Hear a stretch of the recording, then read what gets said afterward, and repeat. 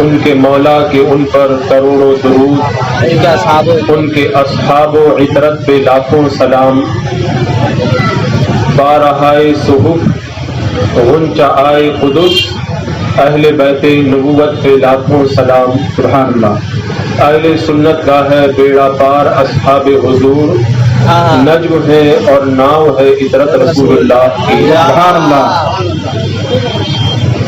عزیزان مکرم و حاضرین اجلاس،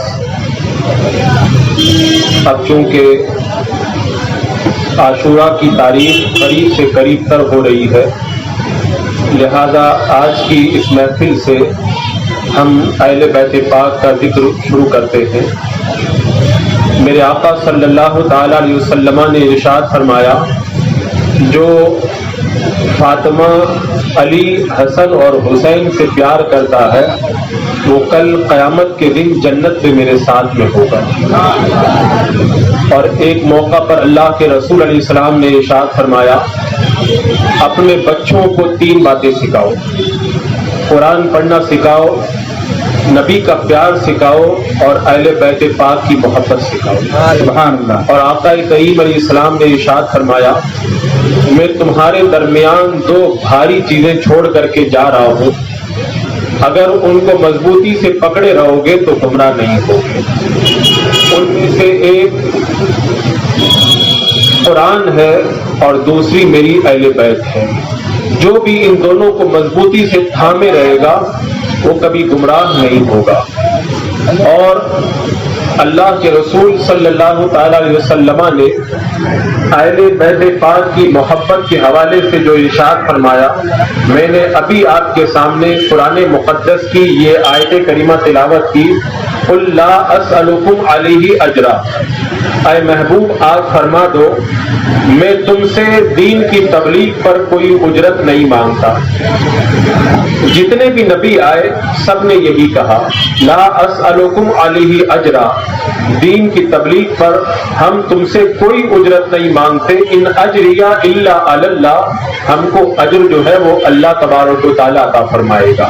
سارے نبیوں نے یہی کہا، ہم دین کی تبلیغ پر کوئی اجرت نہیں مانگتے، ہمیں جو اجر و ثواب دے گا وہ پروردگار عالم عطا فرمائے گا۔ لیکن میرے آقا صلی اللہ تعالی علیہ وسلم نے ارشاد فرمایا، لا اسألکم علیہ اجرا، میں تم سے دین کی تبلیغ پر اجرت نہیں مانگتا، الا المودۃ فی القربى، مگر میں تم سے یہ کہتا ہوں کہ تم میرے قرابت داروں سے محبت کرو۔ حضرت عبداللہ ابن عباس نے کہا، یا رسول اللہ آپ کے قرابت دار ہیں کون؟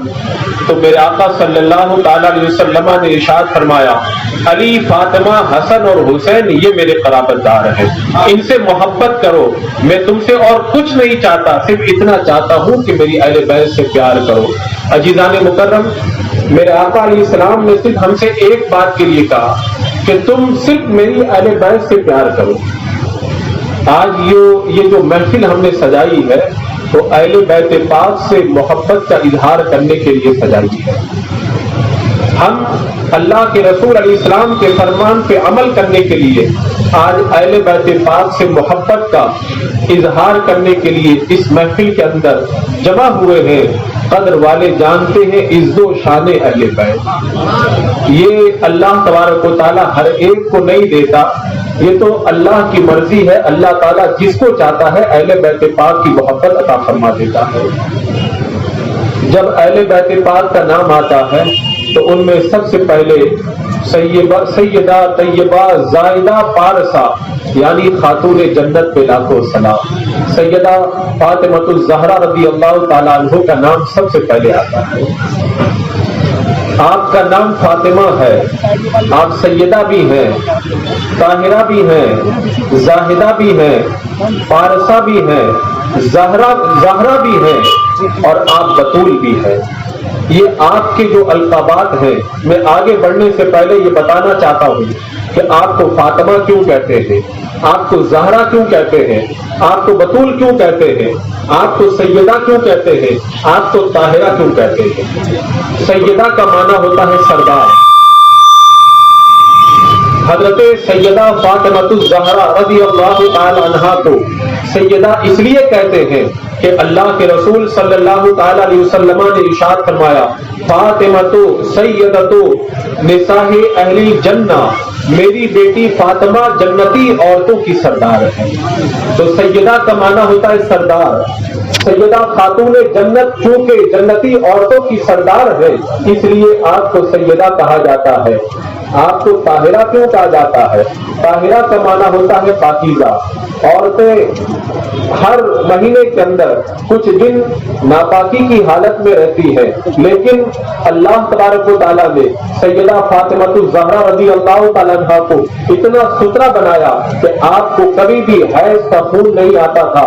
میرے آقا علیہ السلام نے ارشاد فرمایا میری بیٹی فاطمہ انسانی شکل کے اندر حور ہے، اور میرے آقا علیہ السلام نے فرمایا میری بیٹی طاہرہ ہے۔ حضرت اسماء بنت عمیس بیان کرتی ہے کہ جب حضرت امام حسن پیدا ہوئے میں حضرت فاطمہ کے پاس میں موجود تھی، مجھے بڑی حیرت ہوئی کہ عورتوں کو بچہ پیدا ہونے کے بعد میں جو خون آیا کرتا ہے سیدہ فاطمہ کو خون نہیں آیا۔ جب اللہ کے رسول صلی اللہ تعالی علیہ وسلم کی بارگاہ میں یہ بات گئی کہ حضرت اسماء کو تعجب ہو رہا ہے کہ حضرت امام حسن جب پیدا ہوئے تو سیدہ فاطمہ کو نفاس کا خون کیوں نہیں آیا، تو میرے آقا صلی اللہ تعالی علیہ وسلم نے ارشاد فرمایا اسماء کیا تمہیں معلوم نہیں ہے میری بیٹی فاطمہ طاہرہ اور مطہرہ ہے، پاکیزہ اور ستھری ہے، اس لیے اسے خون حیض کا خون اور نفاس کا خون نہیں آتا ہے۔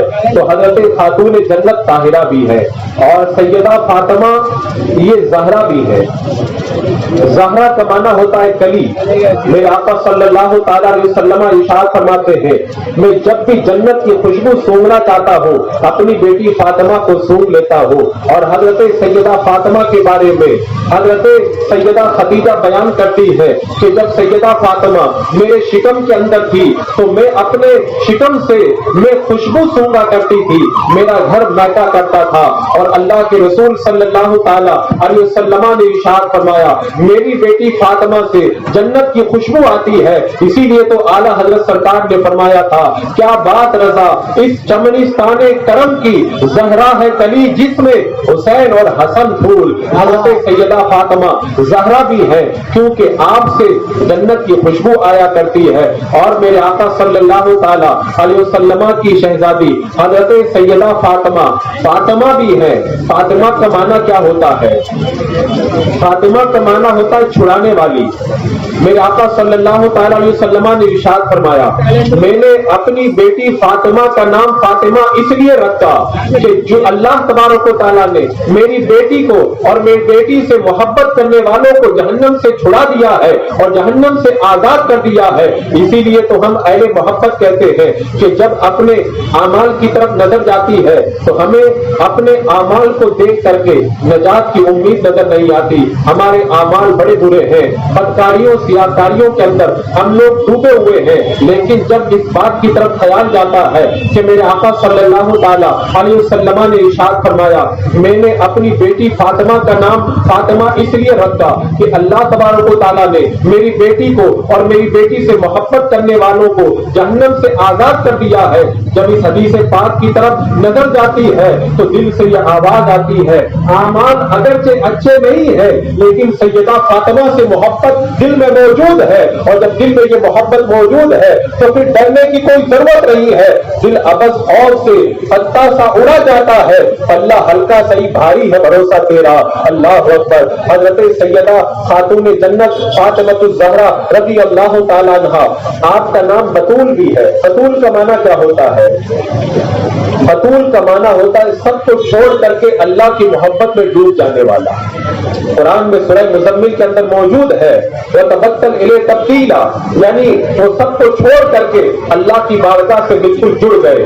تو بطول کا معنی ہوتا ہے سب کو چھوڑ کر کے اللہ کی محبت کے اندر غرق ہو جانے والی۔ حضرت سیدہ خاتون جنت کو بطول اس لیے کہتے ہیں کہ حضرت سیدہ خاتون جنت کے دل کے اندر اللہ کی اتنی محبت تھی، ساری کائنات سے الگ ہو کر کے اللہ کی بارگاہ کے اندر عبادت میں مصروف رہنا یہ آپ کا کام تھا۔ اور ویسا کی روایتوں میں آتا ہے سیدہ خاتون جنت رات بھر عبادت کرتی تھی اور کبھی کبھی پوری رات سجدے میں گزار دیتی، کبھی پوری رات قیام میں گزار دیتی، کبھی پوری رات رکوع میں گزار دیتی، اور جب صبح کا سفیدہ نمودار ہوتا اللہ کی بارگاہ میں عرض کرتی اے مولا تو نے کیسی چھوٹی چھوٹی راتیں بنائی ہے، ایک ایسی لمبی رات بنا جس کے اندر فاطمہ دل کھول کر کے عبادت کر لے، اے مولا فاطمہ کا ایک سجدہ پورا نہیں ہوتا اور تیری راتیں ختم ہو جاتی ہے۔ سب کو چھوڑ کر کے حضرت سیدہ خاتون جنت اللہ کی بارگاہ میں زور لگا بیٹھی تو آپ کا نام رکھ دیا گیا بطول، سب کو چھوڑ کر کے اللہ کی بن جانے والی خاتون یعنی سیدہ خاتون جنت فاطمہ الزہرا رضی اللہ تعالیٰ عنہا۔ حضرت امام حسن بیان کرتے ہیں میں دیکھا کرتا تھا کہ میری ماں فاطمہ رات کے اندر عبادت کرتی تھی تو اللہ کے رسول کی امت کے لیے بہت دعائیں کرتی تھی۔ ایک دن میں نے عرض کیا امی جان آپ اپنے لیے دعا نہیں کرتی، آپ اللہ کے رسول علیہ السلام کی امت کے لیے رات رات پر اتنی دعائیں کیوں کرتی ہیں؟ تو حضرت خاتون جنت رضی اللہ تعالی عنہا نے ارشاد فرمایا کہ بیٹا پڑوسی کا حق پہلے ہوتا ہے اور اپنا حق بعد میں ہوا کرتا ہے، چونکہ اللہ کے رسول علیہ السلام کی امت جو ہے ان کے لیے دعا کرنا یہ ہمارے لیے ضروری ہے، اس لیے میں اللہ کے رسول علیہ السلام کی امت کے لیے راتوں کے اندر دعائیں کیا کرتی ہوں۔ جب سیدہ خاتون جنت رات کی عبادت کے اندر ہم گنہگاروں کو نہ بھولی تو پھر محرم کے مہینے کے اندر ہم گنہگار سیدہ خاتون جنت کو کیسے بھول جائیں گے؟ اللہ اکبر۔ عزیزان مکرم حضرت خدیجہ الکبریٰ رضی اللہ تعالیٰ عنہ بیان فرماتی ہے کہ جب میری بیٹی فاطمہ کی ولادت کا وقت قریب آیا میرے پاس میں کوئی عورت موجود نہیں تھی، تبھی میں نے کیا دیکھا میرے گھر کے اندر روشنی پھیل گئی، خوشبو پیدا ہو گئی اور میں نے حسین و جمیل عورتوں کو دیکھا گویا کہ وہ جنت کی حوریں ہیں۔ سیدہ خاتون جنت فاطمہ الزہرا کی ولادت کے وقت کے اندر جنت کی حوریں حضرت خدیجہ الکبریٰ کے پاس میں آئی ہے۔ جب حضرت خاتون جنت رضی اللہ تعالی عنہا پیدا ہوئی تو حضرت خاتون جنت کی پیدائش کے وقت کے اندر حضرت خدیجہ نے بیان کیا پورے گھر کے اندر اجالا پھیل گیا، نور پھیل گیا، اور نور کیوں نہ پھیلتا، میرے اعلیٰ حضرت سرکار نے پہلے ہی فرما دیا تیری نسل پاک میں بچہ بچہ نور کا، تو ہے اہل نور تیرا سب گھرانہ نور کا۔ نعرہ تکبیر، نعرہ رسالت، ذکر شہیدان کربلا، اہل بیت نبوت، خاتون جنت، مسلک اعلیٰ حضرت حضرت علامہ مولانا محمد ساجد علی صاحب مصباحی۔ نعرہ تکبیر، نعرہ رسالت۔ جب سیدہ خاتون جنت کی ولادت ہوئی میرے آقا صلی اللہ تعالی علیہ وسلم تشریف لائے، حضرت فاطمہ کو اپنی گود میں لیا اور حضرت خاتون جنت کی پیشانی کو بوسہ لیا۔ آج ہم اپنی بچیوں کو پالتے ہیں، اپنی بچیوں سے محبت کرتے ہیں، آج ہر کوئی اپنی بیٹی سے پیار کرتا ہے، لیکن اس دور کے اندر بیٹی سے پیار کرنا ایک بڑا مشکل کام تھا۔ اس دور میں بچی جب پیدا ہوتی تھی اس کو باپ زندہ لے جا کر کے دفن کر دیا کرتا تھا۔ اس دور میں میرے آقا صلی اللہ تعالی علیہ وسلم نے اپنی بیٹی فاطمہ سے محبت کر کے دنیا والوں کو بتا دیا کہ اے دنیا والوں اب تک بچیوں پہ جو ظلم ہوا وہ ظلم ہو گیا۔ عرب کا ماحول یہ تھا، اللہ تبارک و تعالیٰ قرآن پاک میں فرماتا ہے وَإِذَا بُشِّرَ أَحَدُهُم بِالْأُنثَىٰ ظَلَّ وَجْهُهُ مُسْوَدًّا، اگر کسی کو کہا جاتا تھا کہ آج تیرے گھر میں بیٹی پیدا ہوئی ہے تو اللہ تعالیٰ قرآن پاک میں فرماتا ہے اس آدمی کا چہرہ کالا پڑ جاتا تھا۔ اس وقت بیٹی کو ماتے کا کلنک سمجھا جاتا تھا، لیکن میرے آقا نے اس دور کے اندر حضرت فاطمہ کو پال کر کے دنیا والوں کو بتا دیا کہ عورتوں پر ظلم کا دروازہ اب بند ہو رہا ہے، اس لیے کہ اب اللہ کا رسول دنیا میں جلوگر ہو چکا ہے، اب بچیوں سے پیار کیا جائے گا، اب بچیوں کو جو ہے زندہ درگور نہیں کیا جائے گا۔ اب یہی بچی ہے اگر بچپن میں پالو گے تو جنت میں میرے ساتھ میں آ جاؤ گے، اور یہی بچی اگر بڑی ہو جائے گی تمہاری بیوی بن جائے جائے گی تو اگر تم اس کو پانی پلا دو گے تو اللہ تعالیٰ تم کو ثواب عطا فرمائے گا. اگر تم اپنی بیوی کو ایک لقمہ کھلا دو گے اللہ صدقے کا ثواب عطا فرمائے گا. اور یہی بچی جب ماں بن جائے گی تو اس کے قدموں کے اندر اللہ تبارک و تعالیٰ تم کو جنت عطا فرما دے گا. حضرت خدیجہ بیان کرتی ہے کہ مجھے جتنا مزہ حضرت فاطمہ کو پالنے میں آیا اتنا مزہ کسی کی پرورش کے اندر نہیں آیا. اللہ اکبر. حضرت فاطمہ نے جب ہوش سنبھالا کچھ بچپن کا زمانہ آیا. حضرت فاطمہ کا بچپن بڑے دکھوں کے اندر گزرا ہے. حضرت فاطمہ بچی ہے. میرے آقا صلی اللہ تعالی علیہ وسلم کو ستایا جاتا تھا. حضرت فاطمہ دیکھا کرتی تھی. میرے آقا کی راہوں میں کانٹے بچھائے جاتے تھے. حضرت فاطمہ دیکھا کرتی تھی. میرے آقا کے گھر کے اندر کچرا پھینکا جاتا تھا. حضرت فاطمہ دیکھا کرتی تھی. میرے آقا کے جانثاروں کو طرح طرح سے اذیتیں دی جاتی تھی. حضرت فاطمہ یہ سب بھی دیکھا کرتی تھی. ایک بار میرے آقا صلی اللہ تعالی علیہ وسلم راستے سے گزر رہے تھے. کسی نے آپ کے سر اقدس کے اوپر بدبخت نے کچرا ڈال دیا. حضرت آقا کریم گھر پہ تشریف لائے. حضرت فاطمہ پانی لے کر کے آئی اور میرے آقا کا سر دھلانے لگی, رونے لگی. میرے آقا نے فرمایا فاطمہ رونے کی ضرورت نہیں ہے, اللہ تبارک و تعالیٰ ہمارا حافظ و ناصر ہے. میرے آقا صلی اللہ تعالی علیہ وسلم نے مسجد حرام کے اندر جب سجدہ کیا ایک ظالم عقبہ ابن محیط گیا اور اونٹنی کی بچہ دانی لا کر کے میرے آقا کی پیٹھ پر لا کر کے رکھ دی. کسی نے جا کر کے حضرت فاطمہ کو بتایا کہ اللہ کے رسول سجدے کی حالت میں ہے. ایک بدبخت نے اللہ کے رسول کی پشت کے اوپر بچہ دانی لا کر کے رکھ دی ہے. حضرت فاطمہ ننھی سی عمر ہے, دوڑ کر کے آتی ہے, میرے آقا کی پیٹھ سے بچہ دانی کو گرا کر کے نیچے پٹکتی ہے. میرے آقا سجدے سے سر اٹھاتے ہیں. اللہ اکبر. اللہ کے رسول علیہ السلام کی شہزادی یہ سب دیکھ رہی ہے. ایک بار حضرت فاطمہ باہر آئی. ابو جہل میرے آقا کا بھی دشمن تھا, اہل بیت پاک کا بھی دشمن تھا, یہاں تک کہ سیدہ فاطمہ کا بھی دشمن تھا. ابو جہل نے حضرت فاطمہ کے چہرے پہ تماچا مارا. حضرت فاطمہ ننھے ننھے قدموں سے چل کر کے میرے آقا کی بارگاہ میں گئی اور جانے کے بعد میں کہا یا رسول اللہ آج ابو جہل نے مجھے تماچا مارا ہے. میرے آقا صلی اللہ تعالی علیہ وسلم نے فرمایا بیٹی فاطمہ جاؤ ابو سفیان سے جا کر کے بتاؤ وہ تم کو بدلہ دلوائیں گے. حضرت فاطمہ ابو سفیان کے پاس گئی. ابو سفیان ابھی ایمان نہیں لائے ہیں.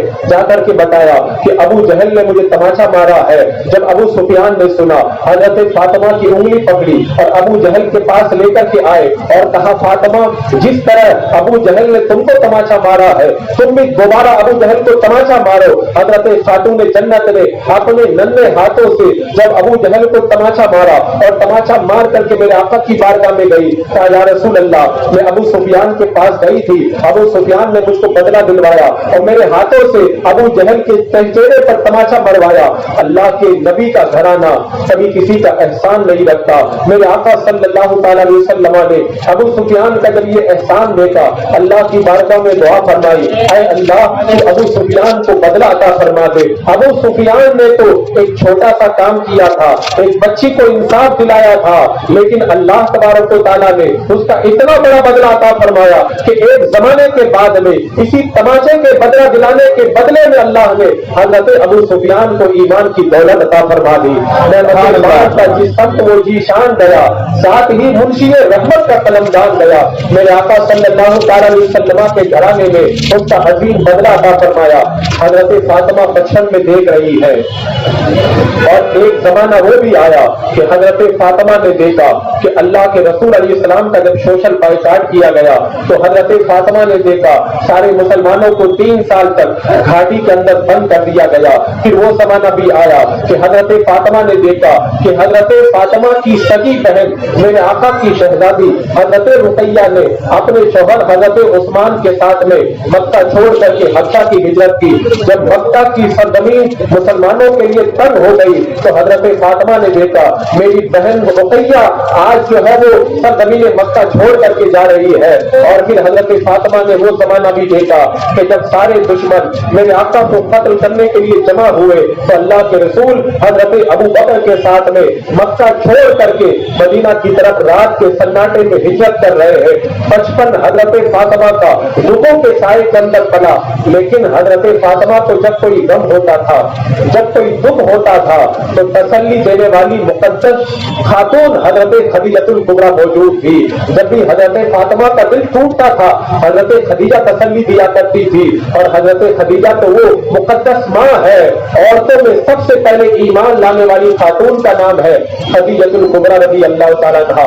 ہم مسلمانوں کی سب سے پہلی ماں کا نام ہے حضرت خدیجہ الکبریٰ رضی اللہ تعالیٰ عنہا۔ میرے آقا کی بارگاہ میں حضرت جبریل امین آئے اور آ کر کے کہا یا رسول اللہ یہ خدیجہ آ رہی ہے، ان کو کہہ دو اللہ نے تمہارے پاس میں سلام بھیجا ہے، اور ان کو بشارت دے دو اللہ نے خدیجہ کے لیے جنت کے اندر موتیوں کا محل تیار کر کے رکھا ہے۔ اللہ اکبر۔ اور میرے آقا نے فرمایا تھا کہ خدیجہ نے اس وقت میرے اوپر ایمان لائی جب لوگوں نے میرا انکار کیا، خدیجہ نے اس وقت میری تصدیق کی جب لوگوں نے میری تکذیب کی، خدیجہ نے اس وقت مجھ پر مال خرچ کیا جب لوگوں نے مجھ سے مال خرچ کرنے کے اندر بخل کیا، اور فرمایا میرے آقا نے کہ میری اولاد کا سلسلہ اور میری اولاد جو ہے حضرت خدیجہ الکبریٰ سے آگے بڑھ رہی ہے۔ عزیزان مکرم، لیکن پھر جب شعب ابی طالب کی گھاٹی سے باہر آئے، ہجرت سے پہلے حضرت خدیجہ کا بھی انتقال ہو گیا۔ میرے آقا صلی اللہ علیہ وسلم کی یہ مقدس بیوی حضرت فاطمہ کی مقدس ماں بھی دنیا سے جب رخصت ہو گئی اور میرے آقا بھی مکہ چھوڑ کر کے مدینہ چلے گئے، اب اللہ کے رسول علیہ السلام کی شہزادی مکہ میں رہ گئی۔ جب اللہ کے رسول علیہ السلام مکہ پہنچے، آپ نے حضرت زید اور حضرت ابو رافع کو حکم دیا کہ تم لوگ جاؤ اور جا کر کے مکے سے فاطمہ کو لے آؤ، امہات المومنین کو لے آؤ، اہل بیت پاک کو لے آؤ۔ حضرت علی تو پہلے ہی ننگے پاؤں پہنچ گئے تھے میرے آقا کی بارگاہ میں، پاؤں میں آبلے پڑ گئے تھے۔ میرے آقا علیہ السلام نے حضرت علی کو سینے سے لگایا، اور ادھر حضرت فاطمہ کو لینے کے لیے حضرت زید اور حضرت ابو رافع آئے، امہات المومنین اور حضرت فاطمہ کو لے کر کے مدینہ منورہ کی سرزمین پر پہنچے۔ جب مدینہ میں حضرت فاطمہ الزہرا رضی اللہ تعالیٰ عنہا پہنچی ہے، چند دن گزرنے کے بعد حضرت ابو بکر صدیق میرے آقا کی بارگاہ میں گئے اور کہا یا رسول اللہ میرا نکاح حضرت فاطمہ کے ساتھ فرما دے۔ اللہ کے رسول علیہ السلام نے منظور نہیں فرمایا۔ حضرت عمر نے کہا یا رسول اللہ میرے ساتھ میں فرما دے۔ میرے آقا نے منظور نہیں فرمایا، اور بھی کئی صحابہ کرام نے تمنا کی کاش اللہ کے رسول کے جگر کا ٹکڑا میرے نکاح میں آ جائے، لیکن اللہ کے رسول علیہ السلام نے قبول نہیں فرمایا۔ اللہ کے رسول علیہ السلام نے فرمایا تھا فاطمہ میرے جگر کا ٹکڑا ہے۔ حضرت امام مالک رضی اللہ تعالیٰ عنہ سے پوچھا گیا فاطمہ افضل ہے یا حضرت عائشہ افضل ہے، تو حضرت امام مالک فرماتے ہیں میں اللہ کے رسول صلی اللہ تعالیٰ علیہ وسلم کے جگر کے ٹکڑے سے بہتر کسی اور کو نہیں کہہ سکتا، فاطمہ ہی افضل ہے، اس لیے کہ اللہ کے رسول نے فرمایا تھا فاطمہ میرے جگر کا ٹکڑا ہے۔ اللہ اکبر۔ ایسی عظمتیں میرے آقا نے حضرت فاطمہ کو عطا فرمائی تھی، اور حضرت فاطمہ کی عظمت کا حال یہ تھا کہ ایک بار حضرت حذیفہ اپنی ماں کے پاس گئے، اور جانے کے بعد میں کہا امی جان میں اللہ کے رسول کی بارگاہ میں جا رہا ہوں اور جاؤں گا، اپنے لیے بھی دعا کرواؤں گا اور آپ کے لیے بھی دعا کرواؤں گا، مغرب کی نماز کا وقت ہے۔ حضرت حذیفہ مسجد نبوی کے اندر آئے، میرے آقا نماز سے فارغ ہوئے، حضرت حذیفہ بیٹھ گئے کہ اللہ کے رسول جب فارغ ہو کر کے اٹھیں گے تو میں اپنے لیے دعا کراؤں گا، اپنی ماں کے لیے دعا کرواؤں گا۔ ابھی یہ پلان بنا رہے ہیں، اللہ کے رسول علیہ السلام اٹھ کر کے اپنے حجرے میں نہیں گئے، عشاء کی نماز کا وقت ہو گیا۔ جب نماز سے فارغ ہوئے میرے آقا اٹھ کر کے جب حجرے میں جانے لگے اور حضرت حذیفہ نے دیکھا تو جلدی جلدی آگے بڑھے۔ اللہ کے رسول علیہ السلام حجرے کے قریب پہنچ چکے تھے، پیچھے مڑ کر کے دیکھا اور پیچھے مڑ کر کے کہا حذیفہ کون؟ اللہ تمہاری بھی مغفرت کرے اور تمہاری ماں کی بھی مغفرت فرمائے۔ اب حضرت حذیفہ حیران ہے، میں اپنے لیے دعا کرانے آیا تھا، اپنی ماں کے لیے دعا کرانے آیا تھا، اللہ کے رسول نے تو پہلے ہی دعا کر دی، اب میں کیا کروں؟ میرے آقا نے فرمایا حذیفہ کیا تم کو معلوم ہے آج میرے پاس میں ایک ایسا فرشتہ آیا ہے جو اس سے پہلے کبھی بھی نہیں آیا تھا، وہ پہلی بار میری بارگاہ میں آیا اور اس نے آ کر کے مجھ کو یہ بتایا ہے کہ میری بیٹی فاطمہ جنتی عورتوں کی سردار ہے اور میرے نواسے حسن اور حسین جنتی جوانوں کے سردار ہے۔ اللہ اکبر۔ آگے بڑھنے سے پہلے میں یہ بتانا چاہوں گا، آج لوگ کہہ دیا کرتے ہیں وہابیہ وغیرہ کہ اللہ کے رسول علیہ السلام نے فرمایا کہ اے بیٹی فاطمہ عمل کرو، میں تم کو جہنم سے نہیں بچا سکتا، عمل کرو کل قیامت کے دن عمل کام آئے گا۔ تو وہابیہ کہتے ہیں کہ جب اللہ کے رسول علیہ السلام اپنی بیٹی سے کہہ رہے ہیں کہ قیامت کے دن کوئی کسی کے کام نہیں آئے گا، اے فاطمہ عمل کرو، جب اللہ کے رسول اپنی بیٹی فاطمہ کو نہیں بخشوا سکتے تو پھر قیامت کے دن تم سنیوں کو کیسے بخشوائیں گے؟ تو یہاں پہ یہ حدیث پاک پیش کر کے میں آپ کو بتا دینا چاہتا ہوں، میرے آقا نے یہ نہیں فرمایا کہ فاطمہ صرف جنتی ہے، فاطمہ تو جنتی ہے ہی۔ میرے آقا نے فرمایا فرشتہ میرے پاس آیا تھا، اس نے آ کر کے مجھے بتایا ہے کہ میری بیٹی فاطمہ صرف جنتی نہیں، جنتی عورتوں کی سردار ہے، اور میرے نواسے حسن اور حسین جنتی جوانوں کے سردار ہے۔ اب آپ بتائیے، جو جنتی جوانوں کے سردار ہو اور جو جنتی عورتوں کے سردار ہو، کیا وہ ہم سنیوں کو نہیں بخشوا سکتے؟ اللہ کے رسول علیہ السلام نے تو انہیں جنت کی سرداری عطا فرما دی، تبھی تو اعلیٰ حضرت سرکار فرماتے ہیں لا ورب العرش، جس کو جو ملا ان سے ملا، بڑھتی ہے کالج میں نعمت رسول اللہ کی، وہ جہنم میں گیا جو ان سے مستغنی ہوا ہے، خلیل اللہ کو بھی حاجت رسول اللہ۔ نعرہ تکبیر، نعرہ رسالت، ذکر شہدائے کربلا، اہل بیت نبوت، سردار جنت، سرداران جنت، حضرت علامہ مولانا محمد سعد علی صاحب مصباحی، نعرہ تکبیر، نعرہ رسالت۔ جب حضرت ابو بکر صدیق کو میرے آقا نے منع فرما دیا، حضرت عمر کو منع فرما دیا، تو حضرت ابو بکر صدیق اور حضرت عمر اور دیگر صحابہ مل کر کے حضرت علی کے تلاش میں نکلے۔ دیکھا کہ حضرت علی باغ کے اندر کام کر رہے ہیں، یہ سب لوگ گئے اور جانے کے بعد میں کہا علی ہم نے تو حضرت فاطمہ کا رشتہ مانگا تھا، اللہ کے رسول علیہ السلام نے قبول نہیں فرمایا، آئے علی تم جاؤ اللہ کے رسول کی بارگاہ میں حضرت فاطمہ کا رشتہ مانگ لو، اللہ کے رسول علیہ السلام تم کو وہ رشتہ عطا فرما دیں گے۔ حضرت علی نے کہا میرے پاس تو نکاح کے لیے مال و دولت بھی نہیں ہے، میرے پاس نکاح کا خرچہ نہیں ہے۔ حضرت صدیق اکبر وغیرہ نے کہا علی تم جا کر بات تو کرو، خرچہ اٹھانا یہ ہمارا کام ہے۔ حضرت علی گئے، جا کے دروازہ کھٹکھٹایا، ام المؤمنین نے دروازہ کھولا، میرے آقا نے پوچھا کون ہے؟ کہا علی آئے ہیں۔ میرے آقا نے فرمایا آؤ۔ حضرت علی جا کر کے پہنچ گئے اور جا کر کے بیٹھ گئے، شرم کی وجہ سے زبان نہیں کھل رہی ہے۔ میرے آقا نے پوچھا علی کیسے آنا ہوا؟ حضرت علی نے شرماتے ہوئے کہا یا رسول اللہ میں یہ چاہ رہا تھا کہ آپ کے جگر کی ٹکڑا، آپ کے جگر کا ٹکڑا سیدہ خاتون جنت فاطمہ الزہرا کا نکاح آپ میرے ساتھ میں فرما دیں۔ اللہ کے رسول علیہ السلام نے فرمایا کہ علی تمہارے پاس میں کچھ ہے؟ میرے آقا نے فرمایا یا رسول، میرے آقا علیہ السلام کے جواب میں حضرت علی نے کہا یا رسول اللہ میرے پاس میں ایک گھوڑا ہے، ایک تلوار ہے، ایک زرہ ہے۔ اللہ کے رسول فرماتے ہیں کہ گھوڑا تمہارے جہاد میں کام آئے گا، تلوار تمہارے جہاد میں کام آئے گی، جاؤ اپنی زرہ کو بیچ کر کے آؤ اور نکاح کی تیاری کرو۔ اللہ اکبر۔ حضرت علی گئے اور زرہ کو بیچنے کے لیے کھڑے ہوئے، حضرت عثمان آئے، 480 درہم کے اندر حضرت عثمان نے اللہ کے رسول علیہ السلام کے مقدس داماد حضرت علی کی جو زرہ تھی وہ خرید لی۔ اب اس کے بعد میں وہ آئے ہیں میرے آقا کی بارگاہ میں، 480 درہم لا کر کے رکھ دیے، یا رسول اللہ میں ڈھال کو بیچ کر کے آ گیا ہوں، زرہ کو بیچ کر کے آ گیا ہوں۔ میرے آقا نے صحابہ کو پیسہ دیا اور کہا جاؤ جا کر کے نکاح کا سامان خرید کر کے لے کے آؤ۔ کچھ پیسہ حضرت علی کو دیا، کہا جاؤ نکاح کی تیاری کرو۔ اللہ اکبر۔ آج روئے زمین پر ایک عظیم نکاح ہونے جا رہا ہے، اس نکاح کی تیاریاں زور و شور پر ہے۔ میرے آقا اٹھ کر کے اپنے کاشانے میں تشریف لے گئے اور سیدہ خاتون جنت فاطمہ الزہرا رضی اللہ تعالی عنہا سے فرمایا اے فاطمہ میں تمہارا نکاح حضرت علی کے ساتھ میں کر رہا ہوں۔ حضرت فاطمہ نے سنا، نظروں کو جھکا لیا، خوشی کے آنسو آنکھوں کے اندر بننا آئے۔ میرے آقا علیہ السلام نے فرمایا کہ اے میری بیٹی فاطمہ کیا تمہیں معلوم ہے میں تمہارا نکاح ایسے شخص کے ساتھ میں کر رہا ہوں جو بہت زیادہ علم رکھتا ہے۔ آج جب نکاح کی بات آتی ہے لوگ کہتے بڑا مالدار ہے، لوگ کہتے بڑی پراپرٹی ہے، لوگ کہتے بڑے اچھے عہدے پہ رہنے والا ہے، لوگ کہتے اس کا بڑا دبدبا ہے۔ اللہ کے رسول علیہ السلام نے حضرت فاطمہ سے یہ نہیں کہا اے میری بیٹی فاطمہ